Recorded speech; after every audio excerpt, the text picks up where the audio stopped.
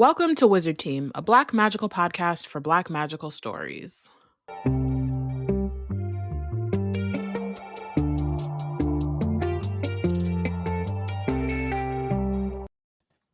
Hi everyone, it's Bayana, Robyn, and Porshèa embarking on a journey through the many fantasy stories written by and about Black people. Currently, and finally, we're reading Legendborn by Tracy Deonn, and we're finishing the book by discussing chapters 57 through 58. Did anyone else get like weirdly sad when you finished? Or was that just me? It was very weird. I don't know, because like I said, for the last like couple of chapters, I finished the book every single time. So I've like read the chapters we were covering and then just kept reading. So the last like two, I guess, but I don't think I got sad. I think I'm more like, I always feel a little sad when we finish a book just because it's like, oh yeah, fun times with her team. But I think for this one more so, it's like, oh, we have to wait so long for Blood, and it's not even that long, but like it is one of those like books where you just want to roll immediately into the next one. Yeah. I think also it could have to do with like the fact that we're reading multiple chapters at a time. Like this is the first season where we've not done a chapter at a time. So I think that's part of it too. It's like, oh, it just feels like it went by really fast, which it did, but it would have been longer if we had done one chapter at a time, which I'm glad we didn't. We don't need to do that, but it was just a different experience, I guess. Yeah, I don't know if that I was sad. I think I don't, where I am, I think is that I was like, my reading has petered off, which is fine. Like I'm still reading a decent amount of books, but I was like reflecting like, have I been reading slower? Partially because I know I'm getting to the end of one thing I'm reading along with, like, you know, with so many people. So it's just like, oh, my brain is like, take your time, savor the moment kind of thing. That I was like, I think probably hit. So like reading these last few chapters, I was like, oh, well, it's kind of felt anticlimactic, honestly, for me. I was just like, oh. Yeah, maybe that's what it is. That's what it was. I think because it was done, and I was like, okay.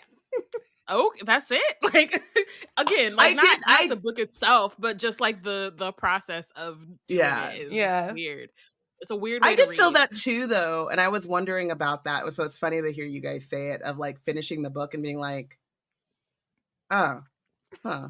And so yeah, I was like, because obviously I haven't read Legendborn like that much. I believe this is my second time. Because I didn't reread it before I read Bloodmarked, because I did it I sat on it for a really long time, so it took me a while. But I do remember when I first read through audio and it ended, and I felt very like, I can't wait for this to continue, but like also very like satisfied with the way it ended. You know, it definitely ends on a like, you know, it's not over. But this time I did have like I don't feel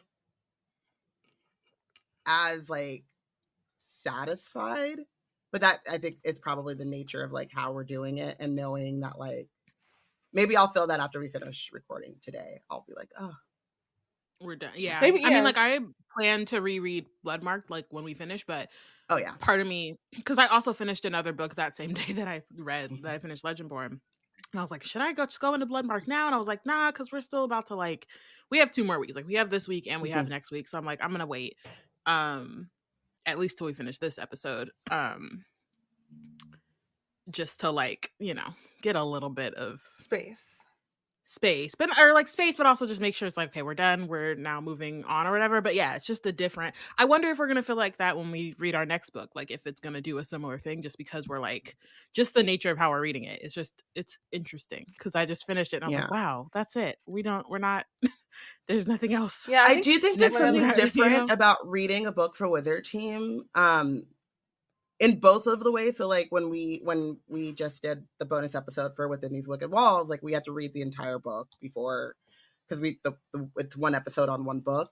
But there is like I feel like a normal book, like when I'm normally reading a book, I read the book like in the story, like, or for the story fully, and then when I'm talking about it with people, I'm talking about it more holistically, but like also like when I'm reading for Wizard Team, I'm also very cognizant of like, oh, that is like a discussion point, or this is something I want to make sure that I like while I'm reading, you know what I mean? So I'm kind of like dissecting it while I'm reading it, as opposed to being like, even in like, you know, books that have like foreshadowing and stuff where you're like, oh, is that, that might be a clue or something, but you're like reading that to wait to like see if it comes back up later in the book, as opposed to like, oh, let me like sit on this and like ruminate because I'm going to want to like mention this part specifically for Wizard Team. Does that make sense? And so I feel like sometimes reading for Wizard Team, I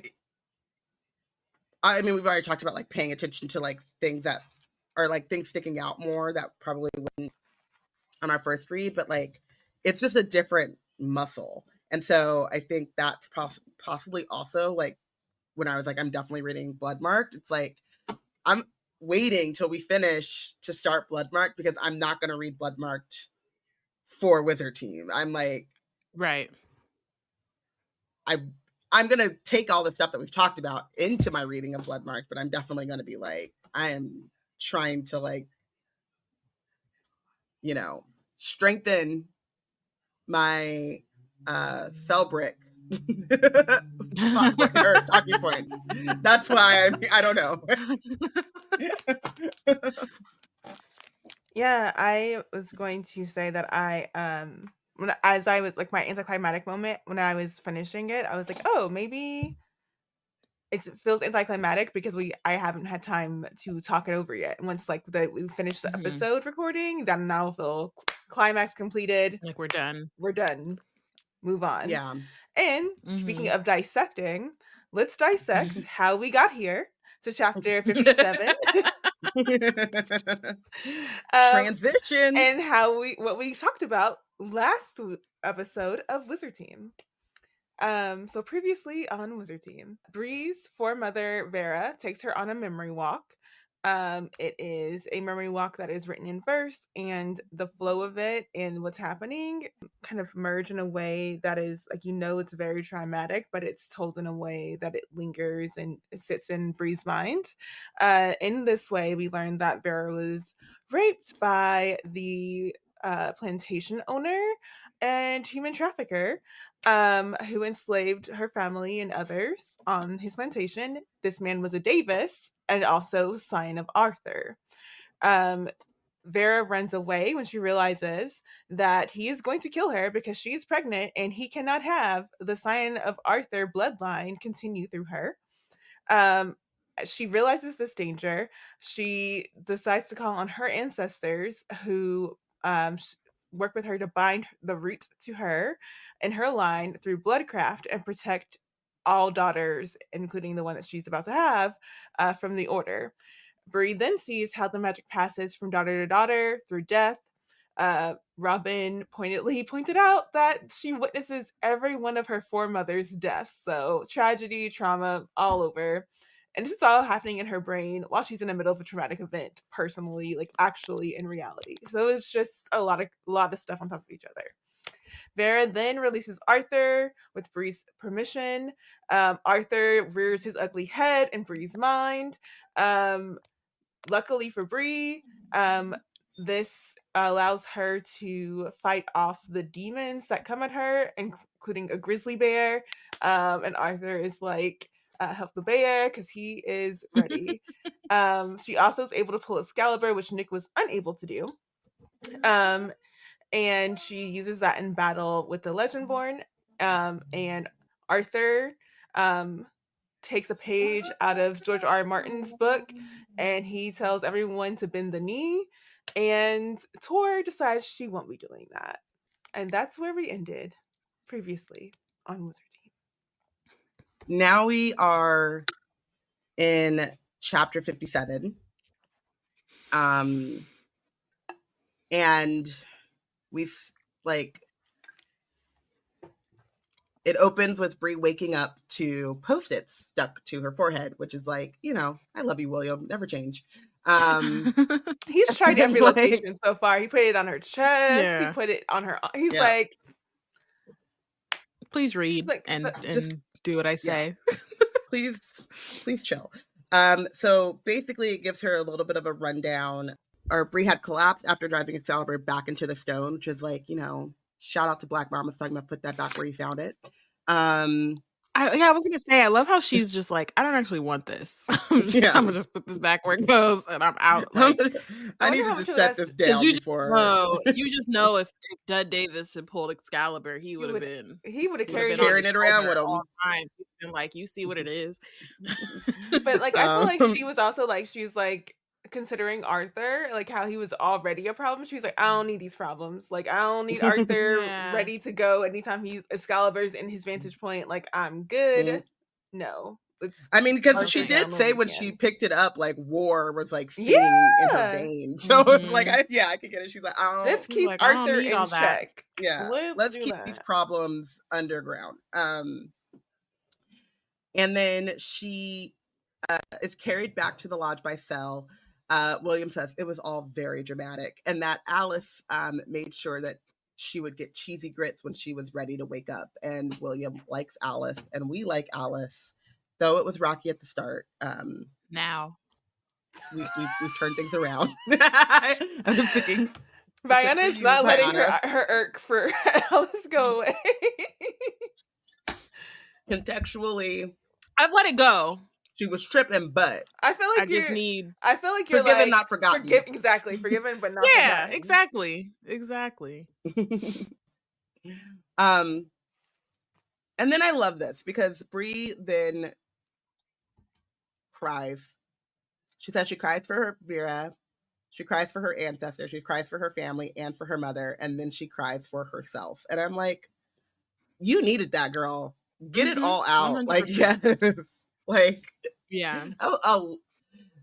Like we said, you got a lot going on. A whole lot. You've taken in a whole lot of information. A lot of that information was very traumatic. You've seen people die in front of you. You've seen people die generations in the past. You've unearthed hidden family secrets and hidden secrets of this like 1,000-year-old order. You need a good cry, and that is like well within your right. Then, as she's crying about all of this, Sel burst in looking for Nick. Bree realizes that she's in Nick's empty room and that Nick is not there. And Sel says that Nick has been kidnapped by... Oh, go ahead. Oh, actually, sorry. I wanted to go back slightly before we get there. I was going to say something about that, and then I just looked down and I realized I had pulled a quote out that I thought was really good, where she says, I'm the product of violence, and I am the scion of Arthur, and I don't want to be either. And that's, you know, while she's having her, like, her cry. Good cry. But yeah, again, much needed cry. But I think that that's, like, super, like... real. And I think also the fact, like, obviously, you know, most or really all descendants of like American chattel slavery are the products of violence, right? But in this case, it's also inextricably tied to her being the scion of Arthur. So it's like, it's more than just like, oh yeah, I'm stepping into this glory or whatever that these other people have like been hyping up to me this whole time. It's like, no, I became this through this really like traumatic and horrible situation, and now I have to like bear that weight. Like, I feel like I really appreciate the way that Tracy intertwines the two so that you never really forget. And it's like, it's interesting because, right, it's not really a metaphor for like slavery, but it just like in some ways because it's a fantasy story, like it does kind of drive it home a little bit more, I think. So yeah, I always think about like there's like I don't know if it's a cliche, and I think that that's like something that people say to try and comfort themselves, but it always is like rubbed me the wrong way, which is like people use it when they're talking about like abortion stuff, like all this stuff, like you're like now you're here, right? And it's like I am not self-absorbed enough to ask for my existence to be tied to the like violence of my ancestors. And also like I would like to think, I mean, I personally don't care. We live in a capitalist hellscape. If I wasn't here, great. But I would like to think that like I would still be here just like as a product of a healthier, like more like whole family. And like, you know, you talk about like we talk about how trauma like it can fit in your genetics. And so yeah, like me as who I am exactly probably would be different, but I don't think that there is like this like I don't know, it's never brought me comfort to think like yeah, your ancestors went through a lot, but like now you're here. You know, that's never been a thing that's like I found comfort in. And I like the way that Bree articulates that of like I don't want to be the product of violence, and I don't want to be the product of the Scion of Arthur because that is also violent. And then still realizing that like in the same way in which she was giving Nick grace and Cell grace, like she also like did not have a choice and did not have a say in it. And so I think that you can hold both of those things. Like I don't begrudge my ancestors, or I don't know, like I don't celebrate my ancestors' trauma because it allowed me to get here, but also I'm here now, and like what can I do moving forward to like make their sacrifices and the violence that they faced meaningful in my life, or not valid, but like, you know, I don't want to take it for granted and like recognize it. So yeah, I like that quote. And there's another quote later in this chapter that I think does another good job of like kind of highlighting holding those really awful facts while also dealing with what's to come. But so Cell explains that he had been mesmered by Isaac, and then Isaac dumped him in the woods 2 miles away.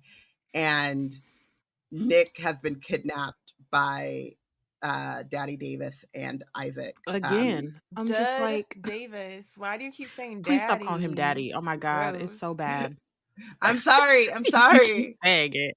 It's because I just recently read like I think it was Lena who was like, how dare you keep calling this man Daddy Davis? And I was like, I don't know, but now it's in my head again. I was calling him Douglas thing. And because it's funny. It's not. Think about it this way. Would he like you calling him daddy? And then keep moving. Exactly. Oh my gosh. You do not want to that. So I just want to talk about how out of pocket it is that Nick is gone again. Like he just got brought back. And then he got took immediately again. And him and Bree did not get to talk about any of what just went down. He's giving damsel in distress. Like he really is. No, he 100% is. Which I love that as being like turned on its head. Like, yeah, you be in distress. And also like sheesh. Continues into Bloodmarked, where I was like, God he's damn, the ultimate Nick. damsel in distress. Like that's who he is. That's Nick. Come on now.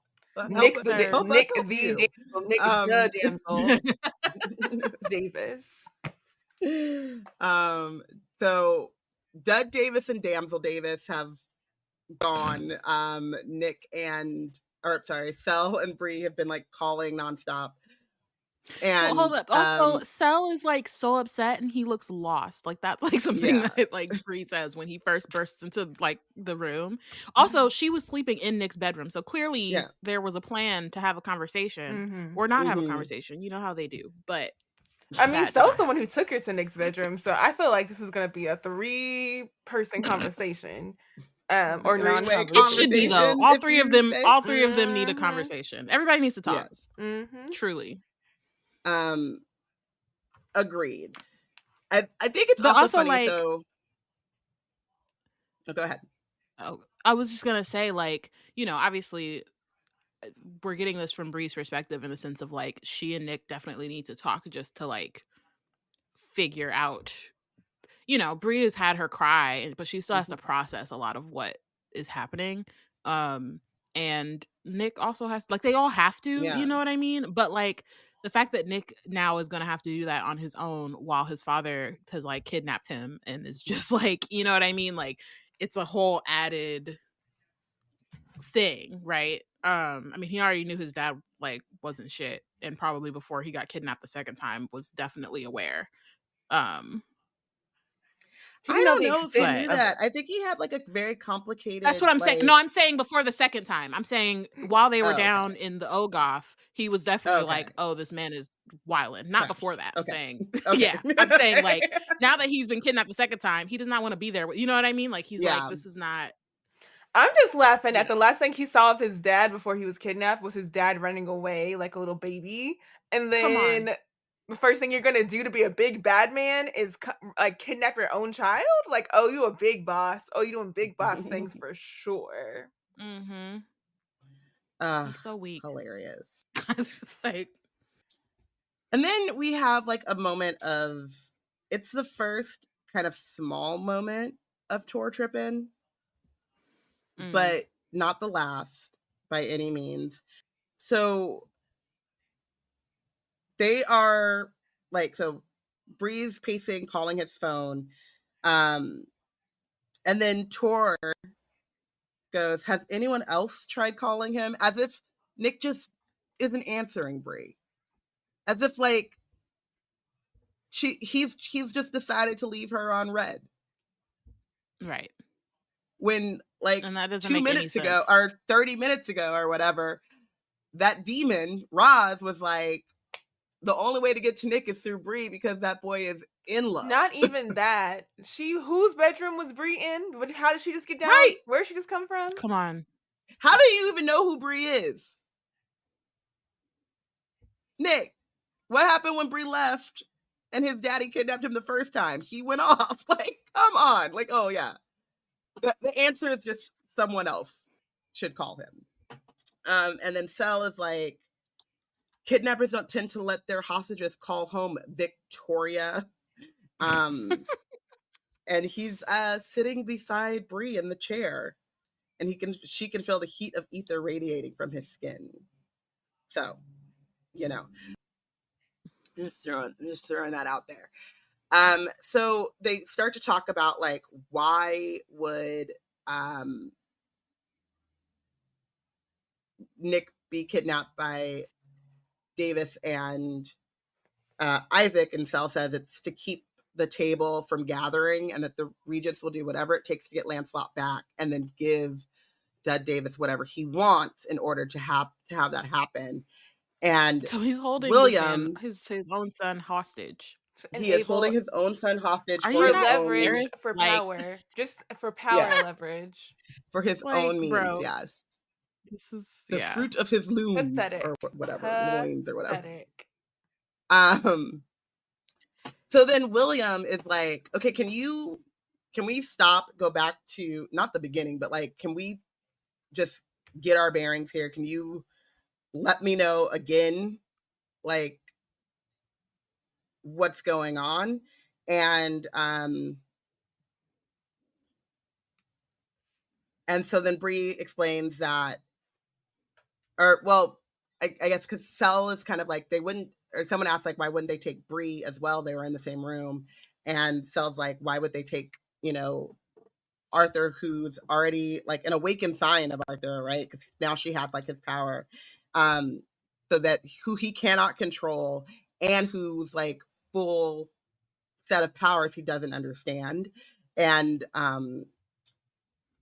Bree has to explain that she's a medium and a blood crafter, which means that she can generate her own ether or root, and that she's the sign of Arthur through Vera, because William's like, you were in and out of it when we got you out of the cave. I'm not calling it the Ooga Booga. I don't know how to say that. The Dragon Cave. The Dragon Caves. You were kind of muttering and you're in and out of it. You said kept saying Vera. And so she's like, yes, Vera is my ancestor, who was raped by a Davis, and that's how she became the son. That's how Bree is the scion of Arthur. And so then William goes into like man in the chair, let's research mama's mode. And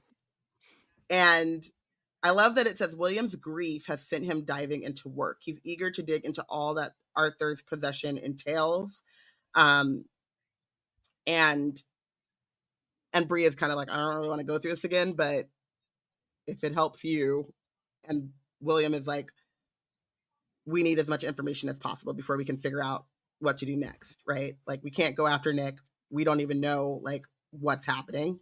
So William explains that in the early 1800s, Samuel Davis was a son of Arthur and a slave owner. He grimaces, but because Vera survived, Samuel Davis, and was not cold or murdered. I guess they were like, if there's a sliver of chance that she would be pregnant with this child, he would have hunted her down and killed her. So, but because Vera survived, they become this, Bree and her ancestors' family becomes a splinter in the line. And I'm like,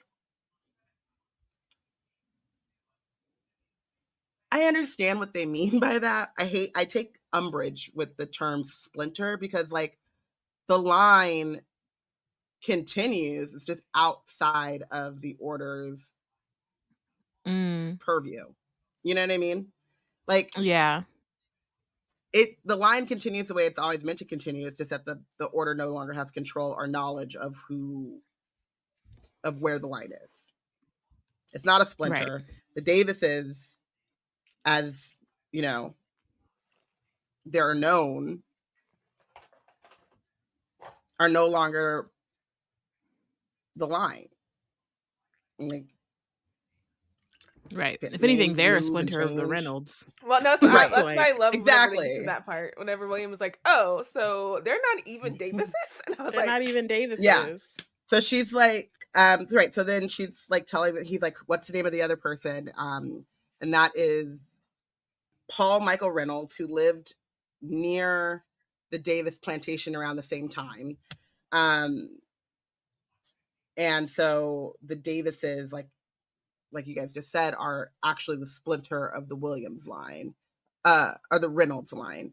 And then Sarah says, "Oh, it's like the Guinevere legend replaying itself," which we talked about, I think, last episode. But I love like how they kind of nod to it, and then move on. I was gonna say that, like, and again bringing in that product of violence thing, because we're gonna get there with Tor, but I feel like part of the getting that ironed out thing is like noting how much the order has been part and has like eagerly participated in awful things and not reprimanded and not, it's like the order is elite, not because in morality or in humanitarianness or philanthropy or anything of that nature. It's elite because it is part of violence. And I feel like a lot of what we can come to expect from Bree being known as the Scion of Arthur is more violence for people who do not want her to be there, are not going to own up for how she ended up being there and the violence behind that, nor are they going to want to actually deal with how the violence within their own lines has allowed them to be prominent in their lines. So I feel like there's going to be a lot of like reckoning with them trying to say some untoward stuff about how some Black folks ended up being the top line of the order that they have made and shaped to be as like a white supremacist and capitalist as it is. And it's like all part and parcel of how they expected things to go. So it really looks like a failing on Samuel Davis's part. Like in their eyes, Samuel Davis failed to deal with a problem that he created, and that is going to be how they look at Bree for now on. Like she's a mistake. And I love that this comes up in the conversation with Tor, because it's like, you knew it was going to happen, and they're not going to own that they were doing awful things and that's how Bree got there. They're not going to own that part. They're going to own, well, you're the problem.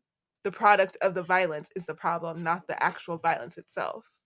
That's and I think it's a really great like allegory or commentary on like just like white supremacy and like European settler colonialization in general, because like if you think about the way in which they describe themselves versus what they're actually doing, there's always been that disconnect of like they'll rewrite it. They'll do the awful thing and then naming the violence for what it is. Yeah. And so when, you know, they are settling the Americas, you know, they're helping to like, and settle is such a nice term. What do they call term. Like settling is such a like, oh, we just like got like we just burrowed in and like just when they're here, occupying, you know. When they come and like occupy America, what do they call it? Like they're civilizing the natives. Civilizing like the savage, like native indigenous population. And the civilizing that they do, how they get them civilized is genocidal violence. And the order is fighting demons and fighting against demons, but the way in which they take on that fight is indiscriminate violence. And they create the fight in the first place. It's not even, the demons are only, if they hadn't even came over here, then the demons wouldn't have even been drawn to all that. Yeah. So I do think that that's like a really good call. As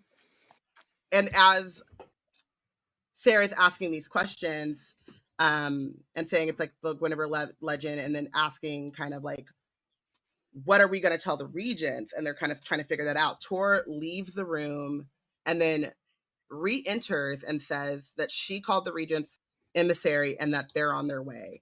Tor, I want to know, Tor left the room before William got the full details of how Vera was like part of it. Like Tor could tell the conversation was going to go. Got that. No, she got that. She got that part. It happened. She gets through. She doesn't get through all of it. That's what I'm saying. She gets through part of it and then she leaves. Yeah, she left before they had to sit and actually reckon with the details of how violent and awful the fact. Like I feel like she was curious enough to want to know how Bree got there, and then also once she like realized like, oh, it's having to hold people accountable for being rapists.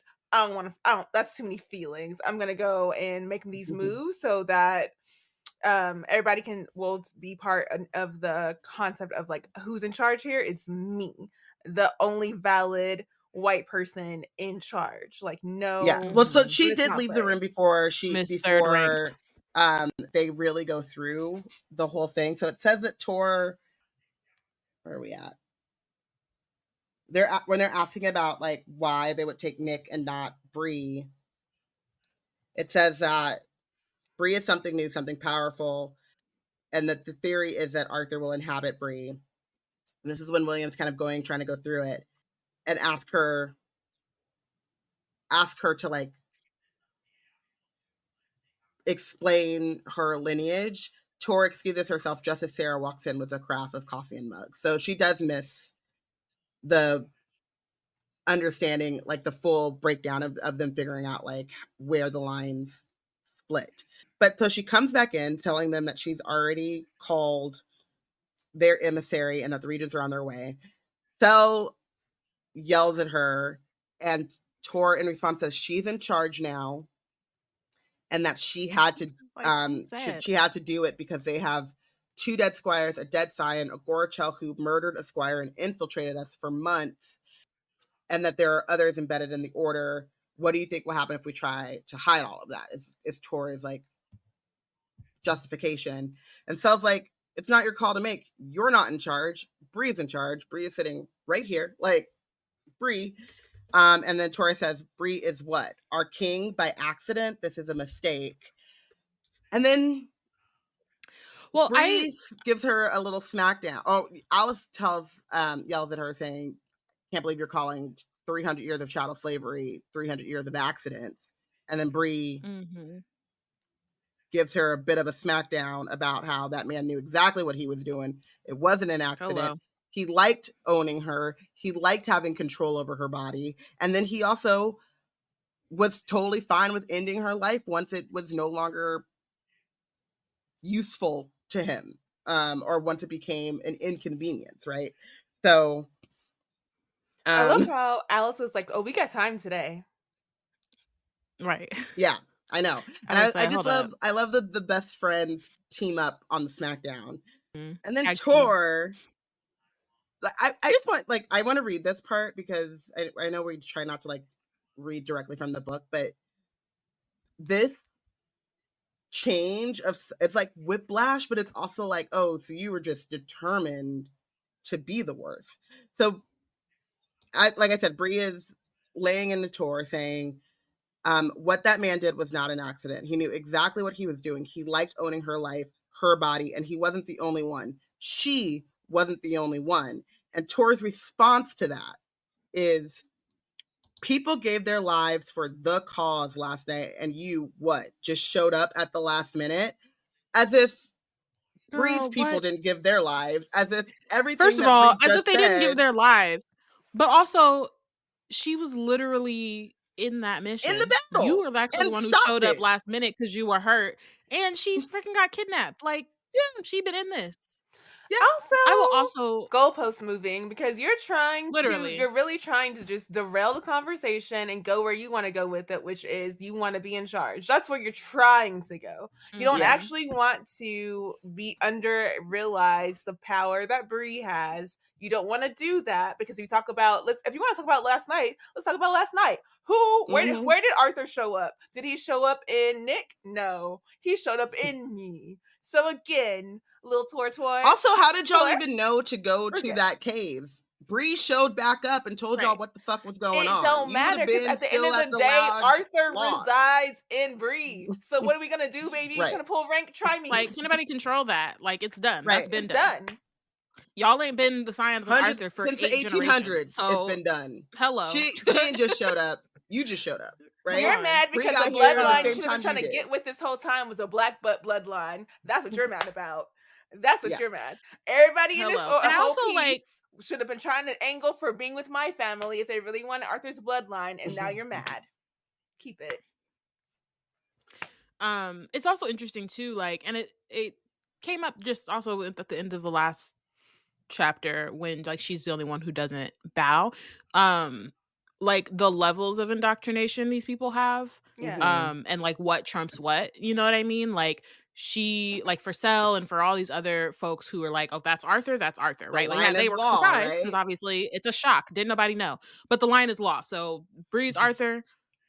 Boom, you know, Mama called him Arthur, we'll call her Arthur. Yeah. So this is what it is. But with Tor, that like racism trumps that, but she also can justify it in her head as if she's still serving the order and still serving the lines, because in her mind, right, in the same way that like Davis, all of his actions, he didn't get caught because in his head and his justification, he's still serving the lines, even though ultimately he's really serving himself. She is this generation's Davis. Right. She's able to like still, you know, she can convolute herself around her oaths because in her head, this is not legitimate and not valid. The dissonance is like, and then, she's like, I can hold the dissonance. It's fine. Yes. Mm-hmm. Yeah. So Cell snaps back and like says, Bree is your king. And then Tor says, not my king, not when she doesn't even want to be here.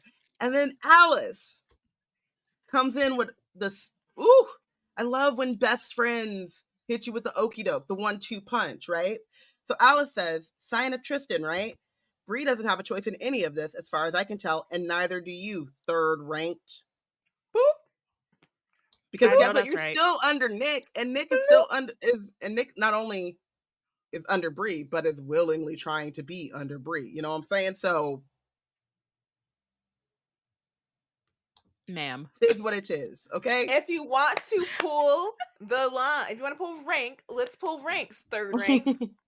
Third ranked. Not even number 2. Like, that's you're not even number 2. Like, what are you even talking about? You're not top 2. So what are you talking about? So sit your ass down. Tor lunges at Alice. Sarah catches Tor around the waist. Cell moves in front of Alice, but Alice doesn't even flinch. She said, Kobe. It's not even that. Alice is like ice water in the veins. Try me. Like, I noticed you was ready to move them lips 2 seconds ago, but then I hit you with some facts and you don't got nothing to say. You ready to move your hands. Mm-hmm. Interesting. As if you Bree have nothing is like good to say. Nothing of any. You're third ranked for a reason, honey. There's nothing valid coming out of your mouth. Come on. I also love that Alice knew that like somebody had her. Yeah. Mm-hmm. She was like, I'm not gonna get hit. It's fine. I'm good. Yeah.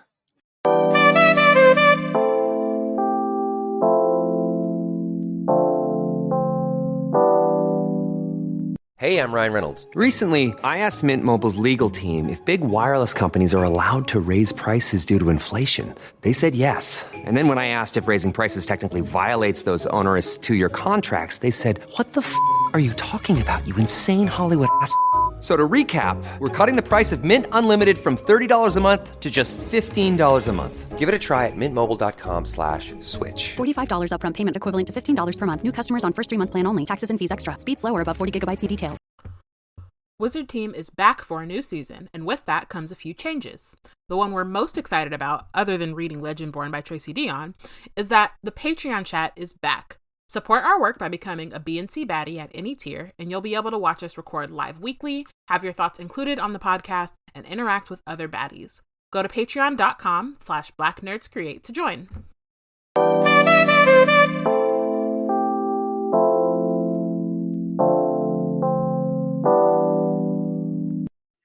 So William's like done with all of this. He's like, everybody sit down, calm down. Tor, back off. I will sedate all you motherfuckers. Like, just sit down. Tor glares at Alice and Bree both because these colored people are in her lodge. She is not happy about it. And then speeds out of the room in a gust of wind. And just be like, and just knock Tor out. And she just be sedated for and like a decent amount of time. I love though that like she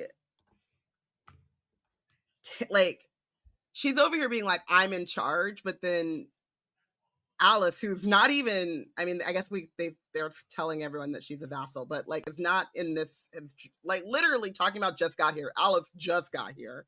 And then William, who is what, 6th ranked, 7th ranked, both put her in her place. So like, you don't have the juice, my dear. And all she can do is like turn tail and run. If anyone listening, because I'm going to be completely honest, I don't care about Arthur enough to do this, and I'm just not going to retain the information.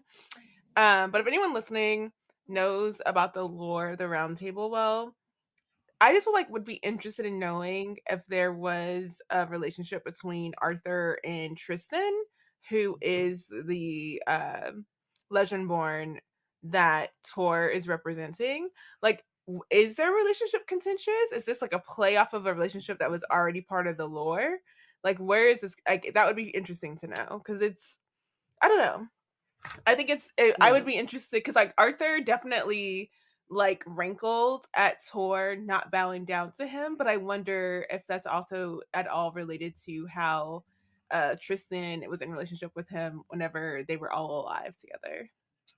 So I do know, well, I just know from a quick Google search that Tristan and Isolde, which became like the movie or whatever, I saw the movie.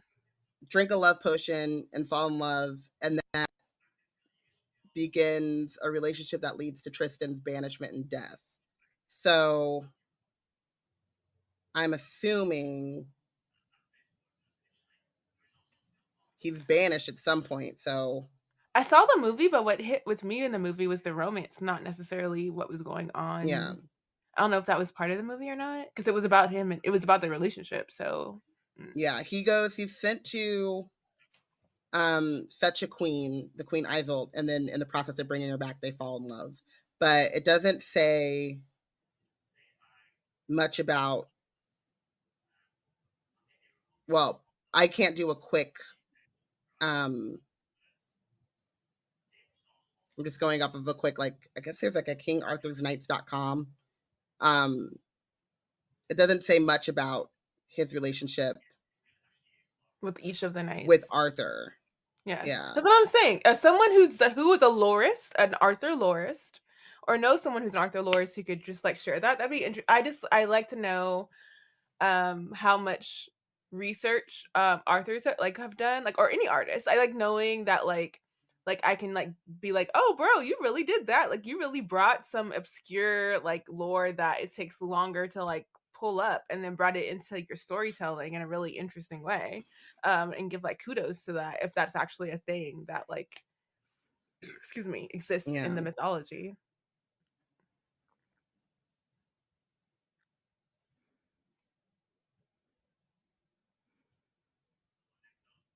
And I don't know if I keep saying Tristan, it might be Tristane. The pronouncements may be different because of Old Welsh and English. Also, Tristan and Isolde, as you gave the summary of it, kind of sounded like Thor. I mean, not Thor, Shrek and Fiona. And I was like, it's not Shrek. Is that the premise for Shrek? He's supposed to go and get a queen for someone else, but then he ends up falling in love with her himself, and then he's in trouble. Hilarious. Yeah.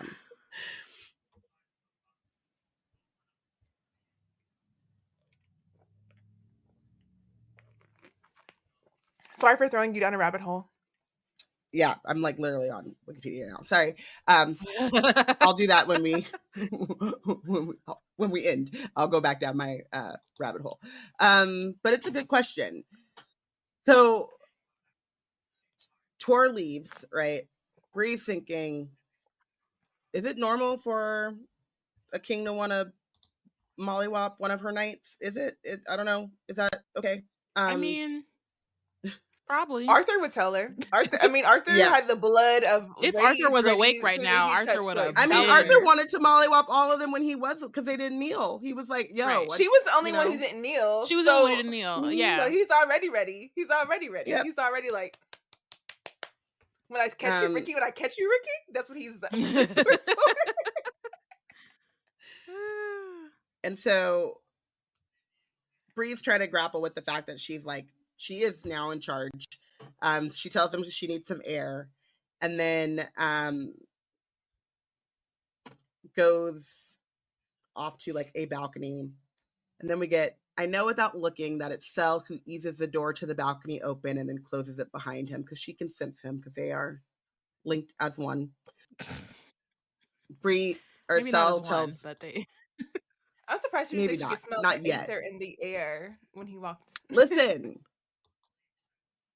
they see each other. She knows. That's all that matters. She feels him. That is how she knows her heart will go on. Okay, far across the ocean, I see you. I feel you. someone near, far, wherever you are, he is here in her heart, and her heart will go on and on and on. Thank you. Thank you, Celine Dion, for that poetry. Where was I? Now I don't know because their hearts will go on. Oh, so Bree and Sel are talking. Bree and Sel are talking. Sel apologizes, and then Bree's like, I don't know why. This is all fucked up. Ain't nobody. He's apologizing. Alive. He's apologizing because he wasn't really familiar with her game, you know? That's why. That's why. So Sel's trying to be like, we don't have that much time, but we're gonna need the regents and the mage seneschal's resources and intel to find Nick. And then swears that they will find him. And Bree's like, all of this, like his father's abuse, like the abuse of you, the abuse of Nick, it was all for a lie. And then that reminds her to tell him about seeing his mother in her memory walk. So when she was telling the story, there was a moment where she skips over it and she makes eye contact with Sel, and they have a moment where like he knows that she's leaving something out. Yeah. And she's like, I'll tell you later. They have, it's a quick look where they're like, a quick little like, he's like, there's more to this story. And she's like, I'll tell you later. I love that he came out to get the tea. He was like, "Oh, now." He said, "I'm gonna come check on you, but also, it's also time. Going on. Me when you looked at me here, earlier. There was a look. So, she tells Sel about how his mother posed as the Merlin assigned to her mother's case, and that they were friends, and allies, and like Nick, their bloodlines are connected in ways they never imagined. And Sel is like, it's not that I don't believe you, but how powerful is my mother, or was my mother, that she could survive? And at her age and her power level, away from the order, she should have succumbed to her blood years ago. And Bree's like, she was lucid and focused, mourning, but in complete control of her abilities. And he's like, that's impossible. And then Bree finally gets to the thing that I've been wanting to say forever, which is, it's only impossible if what the order says is true about Merlins. And like, maybe Merlins don't have to succumb to their blood. But also, I understand why, because Sel is also like, that's a dangerous thing to say. I think it's also a scary thing for him to hear, right? Like, again, they keep having these moments of, like, I'm sure, like, obviously Sel has his issues with the order. I think they all have their, like, individual or personal issues with the order and where they are, but, like, they stay here and they put up with it because of the things that they're taught. Like, it has to be for the greater good, right? Like, everything they're saying has to be true, even if the way that they go about things may be harmful or in ways that they don't agree, but it has to be true to be worth it. And I think that, again, because it's a cult, to then have those things be like, those questions come in, like, it completely shifts your whole, in the way even Bree, like, she has not even been here, but her realizing she's Arthur and being like, oh, so y'all went through all this bullshit literally for nothing, because y'all weren't even the science, y'all weren't even Arthur, so you didn't even have to deal with all of that. Right. It also reminds me a lot of, and I hate to like, because it's not all, Christianity is a very large and varied, there's lots of strains and flavors of Christianity. So don't be like, my church never, blah, blah, blah. But there are, I think I talked about this in our bonus episode within these wicked walls. Like, there are sects of Christianity.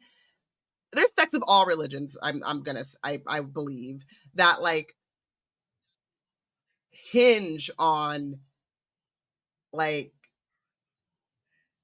the idea of like, is it worth questioning? Because like, if eternal damnation is like a threat where you're like, if that's true, then I need to stay in line, right? Like, the threat of that being a possibility is kind of like so large that it's like, I don't even know if it's worth it to question, because if it ends up being true, then I'm eternally damned, right? So like for Cell, it's like, it could not be true. Like this is like he says, like it's knowledge that would be dangerous to possess or share. But also, if what the order says is true, going against that means that I'm risking my sanity. And like, is that worth? Is the possibility that they're lying worth the risk of succumbing to like them telling the truth, the demon blood, right? And so Bree acknowledges, like, yeah, this is dangerous knowledge, and that's why I wanted to wait until we were alone to tell you, because she figured like the consequences of saying that like out loud, especially in a place where someone like Tor could hear them banding this theory around, could be pretty great. And so they stand in silence, and then Cell says, "You are my king now, Cariad." And Bree is like looking at him and the way in which he said that, and she's already overwhelmed, and so she knows that she doesn't want to know what Cariad means. Like, she's not even going to ask what that means because she's scared of what the answer is. And I want to say, overwhelmed, child. She said, "You know what? There's this. I've had enough to process in the last 24 hours. This is, I can't even do it. I can't. And I feel that, but also that's an iconic line. Very, yikes. Sorry, but Bree. I too would have been like, ooh. But also, not today. It means love, and we don't find that out forever. I mean, we could have. You gotta go through, which I didn't. I was damn like, I'm gonna let the mystery be the mystery. All of Bloodmarked, unless you go and look it up. Like, you got to go through all of Bloodmarked before you figure out what the hell he's trying to say. And Tracy must pay for her crimes, because like. I didn't look it up because I was like, I'm gonna read the next book. We're gonna figure this out. And you kind of like through context clues, I'm like, it's a declaration of a sort, like Bree knew just by looking at his eyes. I don't know what the Welsh means. I can't. The thing is she knew. It's more just like, I don't want to confront that right now. I can't translate that, but I'm picking up what you laying down, and I'm going to just set it down gently and pick it up later. We're not going to examine it. But at the same time, it's like, Selwyn, bro, I just told you that your mama not only is still alive, but is doing well enough to be sane, when you've been told she is supposed to not be able to be sane. And you're over here dropping hints at something that neither of us are in a place. You were just concerned about Nicholas. You're still pining for this boy, and you over here trying to talk to me about something similar. And neither of us are in a good place. So neither Bree nor Cell are in a good place to be talking about that right now. Might be, but I think there's two different. She got it like that. Yeah, I mean, I was gonna say though, I do think there's like two different things going on though in terms of what he's saying, right? Like, if he had just said, "You are my king now," without the term of endearment, that's still heavy, right? Because they're talking about, before that, again, they're talking about like how if the order is lying about like the nature of Merlin's, like that changes everything, right? I think part of it is him like deciding that he's gonna follow Bree, right? Like it's no longer the order, and like that's not his. Not that it's not his concern, and not that he's not going to try to work within the order, especially like, his Nick alliance or whatever, but is with her. His alliance is with Bree. Mm-hmm. So whatever Bree is deciding to do, that's where he's going. And I think that that's kind of what he's decided after hearing this like possibility that like Merlin's couldn't succumb, may not succumb to their blood, or whatever that means. And then the Cariad part is also just like, there's a romantic like note to that, but I do think that again those are like two different things. It may also still be entwined, right? Part of it is he's definitely fallen for this girl, so part of it is because of that, but I think it also has to do with the nature of the conversation and where it was going before that. And I think Bree also, again, like we saw with folks were kneeling, like she doesn't actually want that fealty. Like she doesn't want people to just be blindly following her. She doesn't want to be in charge. So yeah, so I think it's also just like two different levels of like, okay, there's like this clear bond that we have. And also like, you're not my Merlin, which I think maybe she says in the next page or whatever. Like, yeah, you actually are oath to somebody, and it's not oath me. to Nick. Which is a triangle moment. Just want to point out. Yeah. What is that? Is it, I'm So Into You by SWV, where the end chorus is "You're not mine," and I'm like, sir, like, like, ma'am, why are you talking about how you're so? This whole song is about how you're into this dude, and then we get to the end, and you're like, you're not mine. You're not mine. Don't. And you're like, plot twist. Love me now or I'll go crazy is what Cell's saying. So we end this chapter. It's a good chunk of a lot of, again, Bree got a lot going on. Arthur is like, we will face the shadows, we always have. And then Vera is like, there is a cost to being a legend daughter, but fear not, you will not bear it alone. Because I think she's like, I understand you got this loud ass, pompous ass man in your head. And that is the cost. But I'm here with you. And Bree says if she concentrates, she can almost feel 3 different heartbeats behind her ribs. And she asks Cell if they can get out of there, and he smiles. And that is the end of chapter 57. That 3 heartbeats, I feel like, as somebody it's too many. Who is asthmatic. Also a band-aid. 5 heartbeats. Band-aid. As someone who is asthmatic, I feel like no thank you. No thank you, please. Someone who's not asthmatic, but no thank you. Also, anxiety. Imagine. Well, I got that in space. Just imagine. Yeah. You feel 1 heartbeat. It's alarming enough. But 3? Trying to come down from a panic attack? No. Before 3 different hearts? 3 people having a panic attack at the same time. In one body. In the same body? In one Absolutely body. not. Absolutely not. Ooh. Okay, chapter 58. We are full circle. Bree and Cell are back at the quarry. It's just the 2 of them. It's dark. What is it, like a month since we were here last? It's been 2 we're weeks. lucky. Like, she said racism every day. It's been like at least 2-3 weeks. It hasn't even been that long. Ridiculous. So here is kind of like she's ending. So I like the end and the fact that, like, yes, obviously we have a lot of unresolved strands, but again, the book does come full circle and does like have its own kind of ending. And in this sense, again, right, you're in the quarry with Cell, which is how we started off. She was in the quarry by herself, or had gone off by herself, and that's where she first met Selwyn. But in this moment, she's like, we're ending with like her thoughts on Nick and like how she's gonna save him and like how she feels about him. But also like having Selwyn there as support, right? So again, this triangle is triangulating. And yeah, so she decides she will fight to save Nick, in part because she knows that he would do the same for her.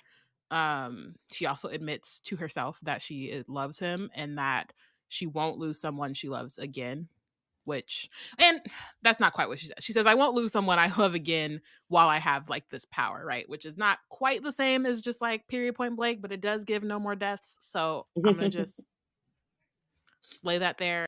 Very sorry, Bree. And then she has this moment. Hold up. I want to read it though. She says, as I bend to untie my shoelaces, well, hold up. No. Where am I? Oh, okay, sorry. So she is, taking off her shoes, getting ready to jump or getting ready to run. She can feel Cell watching, but he stays silent. He's just like letting her do what she needs to do. she crouches into the dirt and looks into the sky. And then it says, I dig fingers into cool earth and it sends whispers up into my arms. I push toes into the buried memories of bodies gone past, bodies running away, and bodies bearing through. This is why I'm here. I need one wild horizon, one sharp moment that belongs only to me before I return to battle. No more before, no more after, only now. So again, like there's been so much happening and it's all very overwhelming. And I think this is a good moment to just like kind of ground her in herself, especially when you got 3 heartbeats in you, like ground you in yourself, ground you in like why you're here, how you got here, who you're honoring, who you're doing this for. And then taking that moment for yourself to like release all of this shit before you have to like refocus into like whatever's coming next, right? So it just feels a lot different from the first chapter where she's considering jumping and it's literally just as a way to like escape from her grief and, you know, try to feel something other than her sadness and her anger and like the after Bree. Whereas this is more like a final release to then refocus, I guess. So yeah, so then she takes off. And then the last line is, and then I'm in the air, leaving the earth and trees far behind me. It's a very short chapter compared to the last one, but. Yeah. But I do think that, like, I like the way that this ends because I was not expecting Bloodmark to be so, like, kind of like on the road type of, you know, like we're going on a journey type of thing. And so seeing this, I was like, you know, she takes this leap, and I read it, you know, my first time reading Bloodmarked as like I'm taking a leap into like the unknown of like this order and stuff like that. Mm-hmm. Meanwhile, my back of my brain is like, you still got to go to class in the morning. This is crazy. But she's also like taking a leap into like the wider world of all of this and like really opening herself up, and we'll find this out like immediately as the next book starts almost. And so I liked it. I liked the ending more once I started Bloodmarked than just like kind of, I think that's part of the like ambiguity of finishing like this as well, as like it just leaves it open to what is to come. So I think it was good that it was done.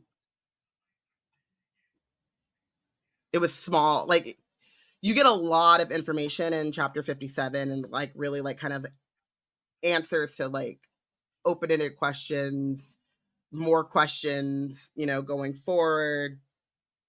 And so I like that this chapter is short and to the point of just like, she's not going to run. She's going to like stand her ground and be open to whatever happens next. Mm-hmm. I think it also sets up the fact that like Bree was intrigued by Sel when she first saw him, and she now ends the book with a way better understanding of who he is as a person. It goes from like, it's just a little crush to like her actually like knowing who he is as a person and him telling her that he loves her without her knowing it. It's like it's a full circle moment, you know, but it's also like she's in a place that's way further past where she started, in a way that is like fulfilling to that like where like who she's with, and also sets up who she'll be with when Bloodmark is underway.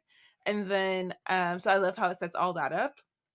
And then I also love that some of the last stuff we saw from chapter 57 and where she is now is like more connected to the people who came from before her ancestors. Mm-hmm. And when she was at the quarry, you know, the first couple of chapters or whatever, that was her feeling reeling from being disconnected from her family line, from her mother's line. And now she's in a place of like, I know I'm not alone because my ancestors visit me and I'm able to speak to them, and she's able to build those relationships with them. And so while she may not have her mother, and she still is in grief for that, she does have a connection that she did not have while her mother even was still around.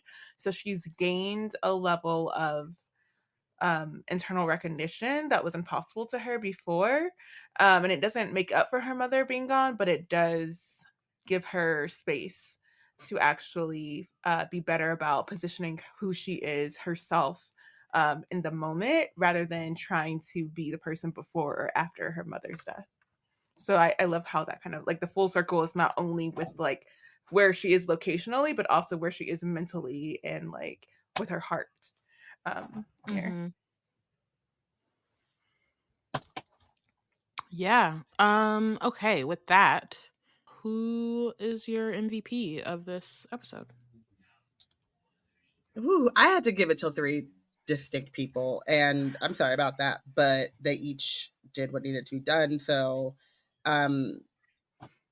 Bree for doing a very admirable job processing all of this, and like honoring not only like what she's gone through and what the order has gone through, but also like what her whole family line has gone through, and being able to hold all of those things.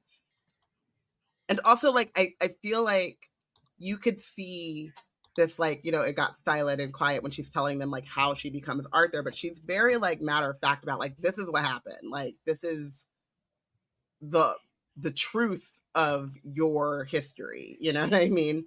And you can like venerate and like put these people on a pedestal all you want to, but like this is the reality. And I think sometimes it's often put on victims to kind of soften the blow and not make like the perpetrators feel guilt, or not even the perpetrators, but like the perpetrators' ancestors or whatever. They don't want to feel guilty about what their ancestors did to get into the positions that they're in. And so she doesn't sugarcoat anything. She's just like, this is what happened. Then I have to give it to Alice for just being like, ride or die, talk shit, get hit, nuck if you buck. Like, she just said, you know, I might be new here, but let me tell you about yourself. 3rd ranked. And then William, because it doesn't matter what his rank is, he is in charge. Okay? And like, True. has no problem threatening them with sedation if they don't shut the fuck up. Like, I got plans to make. I got research to do. All this bickering is not going to help that get that done. So, shut the And he's doing all of that while like dealing with the loss of his bond with Whitty. Yeah. So there's that too. Yeah. Damn. Whitty was only in here for like 2 seconds. Whitty made was out of pocket. Imagine like bonding with somebody and then they immediately get taken away. Like, and that's what's messed up about William's like place in the line, because it's like this is like something that consistently happens to William's squires apparently, and that's real messed up. But also the fact that like Whitty made a big impression without having to be around long. Like I appreciate that for Whitty. Like I'm glad their presence was felt. Like it's their loss is a really big loss. Russ to an extent, but Whitty was there. Yeah. I made Alice my MVP for all the reasons you said, Robyn. I also was like trying to decide, because just the Bree, Alice, Cell, William, like this is the first kind of moment we get the 4 of them in the same scene together. And obviously we get a lot of them together in Bloodmarked, but I just love how they all have Bree's back in that moment, and so she doesn't have to sit there and kind of deal with Tor and you know, having to explain all of this alone. But I gave it to Alice specifically just because, you know, that's her best friend. Like she's just not, you're not about to play with her. She does not play about Bree, and I appreciate that. And that 3rd ranked line, finally, because how many times has this girl told us that she's 3rd ranked? Too many times. Don't nobody care. And she's proud like, of it. You're 3rd ranked and proud. I'm like, girl, I guess you got to Please be be proud sweet. of something, but dang, okay. Come on. So yeah, Couldn't be so I made Porshèa, Alice my apparently. MVP. I made my MVP the OG, Vera, because Vera, while only like a one-liner, her line is mighty, and I really like s with it, and like I think that we talked about it last episode, so I don't really have to go into it about how she every time she interacts with Bree, she makes sure that Bree is making the choice and like has agency over all the things that are to come. And I think her being the OG that she is, setting that standard with Bree actually is going to allow for Bree to be able to move forward with confidence and make good decisions because she knows that she should be able to have her own agency. Even her OG ancestor looks to her to have her own agency. So why shouldn't she demand that from anyone else? So I really appreciate Vera for that. And the line that I mentioned is the line from chapter 57, where Vera says, "There is a cost to being a legend, daughter, but fear not, you will not bear it alone." And I love that for all being ancestors, standing up for us as their survival is how we got here. So I love that. And then I just wanted to note, because I meant to bring this up before, in regards to the order and how puffed up. I'll just bring that up whenever we go to bench. Oh well, let's go. Let's go Let's into go bench. now. Let's just Tour. let's do it. Sit fuck down. Yeah, Tor. Done. My God. Please sit. I put Tor plus Dead Davis plus Isaac because like y'all are kidnapping fiends you're simping for an order for power. And just because you again, Tor is third ranked, you're second ranked. So we see how number 2 and number 3 energy is working here, and it's real pathetic. It's real simp. It's real dull. And I just want to lay clear how much, again, we were talking earlier about how the order has no moral standards or high ground it's standing on. It's literally standing on being part of and like ushering and organizing white supremacy and ushering it into the Americas. And that is not anything to be proud of. And here are these 3 suckers just reveling in it. And the part that I was going to bring up is it's from part of Bree's finding out that she's Arthur's Legendborn is that like it reminded me of when Angela Davis did what is the name of that guy, the professor? Finding Your Roots. Finding Your Roots. And the professor's name. Skip Gates. Henry Louis Gates. When Henry Louis Gates, probably keep calling him by his family name. Right? Like he told us his somebody name. You know. She knows. That's Uncle Skip. That's from Uncle Skip from up the street. That's I'm like, what are you talking about? I don't hear you're the only person I know who calls that man Skip. What? That's not true. Yes, I've been watching Finding Your Roots for a long time. Walked up to anybody who says, "Oh, Skip Gates was doing that thing." No. Never. Well, because you don't know people who about this PBS life. That I guess not. He a professor with all his. I know. And put some respect on that man's name, of course. Yes, but on PBS, that's Skip. Okay. So Henry Louis, it's reminding me whenever Henry Louis Gates told Angela Davis that her ancestors came from the Mayflower, and she was, visibly and rightfully devastated by that. And he was like, "Why not be like that's a lineage that's like a highly praised lineage." And it's like, homie, like I'm realizing. Like if my bloodline is tied to them, then I know it's real messed up. And I love that. I love Angela Davis for that. And I feel like so much of Tor is that. I mean, so much of the order is that. They are the Mayflower people, and Bree is Angela Davis, and the sitting here like profoundly disturbed because she had to see what her bloodline went through to survive.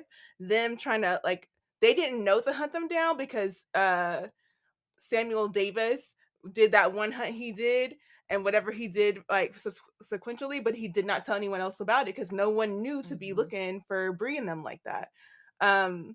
So that's another reason why I give a chalk up to Vera, because she really did that to make sure her family line is taken care of. But an extra FU to all these people who are trying to propagate the order as if it's this great thing. It's like adding to the mythos of like the Mayflower and all that, like, oh, it's all good and mighty and stuff. And it's the best thing that happened to this world. And it's like, no, let's stop right there. Let's not keep doing this. And so Tor, Dead Davis, and Isaac especially, and on top of that, that's where I was. But also, if y'all have not seen Angela Davis, find out that she is tied to the Mayflower. Look that up. On Finding Your Roots with Henry Louis Gates. That's why Black people can't be proud about being tied to these white legacies like that. Columbus who? No. For what?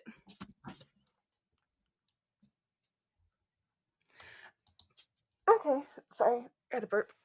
Okay. And with that, he started bringing me the ball. And with that, thank you all for listening. Don't forget to send in your votes for MVP and Benched by the time that we record on December 17th, the final show for this season. The link to the form where you can vote is in the show notes, wherever you are listening to this podcast. You can also join us next week when we wrap up our Legendborn read and give us your live thoughts as we talk about that. If you're a patron, Wizard right? Team is part of. Oh yeah, if you're a baddie, join us for our last. You can join us live. Last read, our last convo. But also, if you're not a baddie, just send us some write some comments down so we can talk about that too. Or send us some questions. Or become a baddie, but also send us some questions. Yeah, before December 17th. You got things you want to know about our season or things coming up? Send us a question. Yeah, send us a question, a comment, an emoji, whatever. Wizard Team is part of the Black Nerds Create Collective. If you want to keep up with our content, you can check out our website at blacknerdscreate.com. Follow us on Instagram and Tumblr at Wizard Team Pod and at Black Nerds Create. Bye.